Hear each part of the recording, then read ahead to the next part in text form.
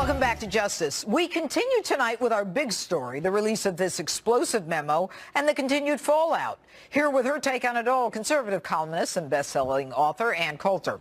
All right, Ann, I want you to take a look at this. We've got MSNBC Rachel Maddow. That's it. That's all they've got. This is what all the hype was about? For what is it, 2 weeks now they've been hyping this? I will admit to being shocked that this is what they released. It was just kind of like a sad trombone. We only bring that out for very special occasions. So you have a memo that's been declassified, and in the memo they say that Andrew McCabe used a document that he said he couldn't have gotten a warrant without, that was full of lies, and he didn't tell the court about the bias of individuals involved or that a candidate paid for it. Your take?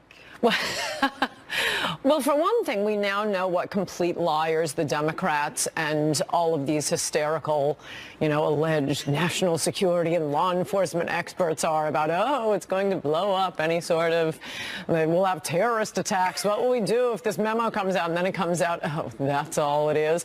Well, there were people who had seen the memo who knew what the information was. And I think at this point, their argument is the fact that and by the way, it makes me totally love, and I think it makes most Americans love Trump even more. It really, it illustrates the point that it was always Donald Trump against both the Republican and the Democratic Party. It is Washington, D.C. against the people. And when you see the way high-level officials, not, as everyone has said, the rank and file, but high-level officials at the FBI were using documents funded by the Hillary campaign, someone who hated Donald Trump and didn't want him elected. And by the way, who started the whole Russia investigation? I don't think a big enough point has been made of this. It was Peter Strzok. Right. He was the one who started the investigation. He's the one who's texting with his mistress. But I do think that Rosenstein probably, there are two separate issues. One is the Rosenstein, the civil liberties violations. Right. And I think Rosenstein should probably go. I don't know why Trump was ever... You think? Why was Trump ever hiring members of the swamp to begin with? I'm kind of mad at Trump for that. There are plenty of lawyers out in America who went to Harvard, too. You didn't have to move somebody over from the swamp, so he deserves what he gets. But now that he's found out, he should fire Rosenstein. Mueller, however, he hasn't done any of this. The danger with Mueller is he's looking like Patrick Fitzgerald. Remember the one independent counsel we had? Yes, I do. There was no crime. Right. And so all these people on TV keep talking about a perjury trap. They obviously have not the first idea what a perjury trap is. It's not just putting someone under oath when, ooh, you know what the truth is, we think this person is going to lie. No, it's when you are putting people under oath when there's no crime. Yeah. And that's what Patrick Fitzgerald did. He found out there was nothing illegal about revealing a name, and then he puts all these people under oath. Somebody disagrees.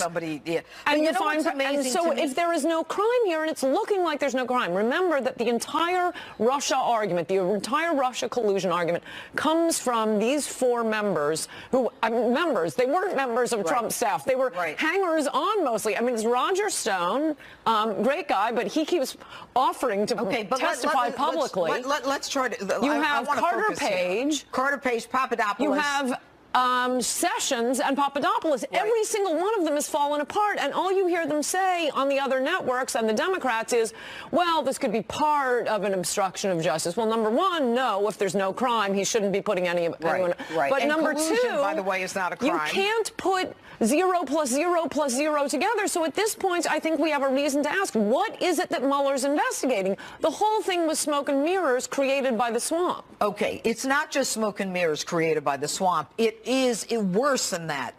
It's going to one of the highest courts in the country. Right. And I would think that the judge up there, because look, if someone came to me, a cop came to me and said, hey, Judge, I want a warrant. I put him under oath. He swears to this and that, and he's pulling the wool over my eyes. I'd have his badge. That's the end of it. You don't do that. How is the judge and the court tolerating this? And how is, if you got James Comey going in for an extension on the warrant after he's just told the president's unverified, then how do you go before a judge and get an extension on an even higher level of probable cause? And Rosenstein himself. No, but the civil liberties issues, I do think, are different from the Russia collusion story by itself. Right. It just seems to me both of them are falling apart. And the argument that is being made on the other side is, oh, no, the sleazy, unverified dossier, that was just one of lots of evidence. That's why it's out of context. It's out of context. So, okay, can't the president declassify the entire thing? So I think he ought to. He can, but I think he's worried about making interjecting himself in this. No. But see, here's the thing. This is corruption. If they had other evidence that supported the wiretap, why put in the dossier that's full of lies? If you really had other evidence, why is the dossier? Why did Andrew McCabe swear that it was it? And also, I think very importantly, why hasn't why are you bothering with the Manafort stuff and the little cheap stuff if they have proof that Carter Page was conspiring on behalf of Donald Trump to inject millions of dollars into the campaign? Well, we would have indicted the president already. Well, but here's the thing. Carter Page is walking around because he hasn't done anything, apparently. And you got Manafort indicted for something that is fruit of the poisonous tree, for which he should move to have the charges. But also is not collusion. It's not collusion, and Coulter. Thanks. We could go on for an hour. Governor Mike Huckabee still on deck tonight. And tonight's panel has a lot to get into. Katrina Pierson, Richard Fowler, ready to talk about the memo and where we go from here. Stay right there, guys.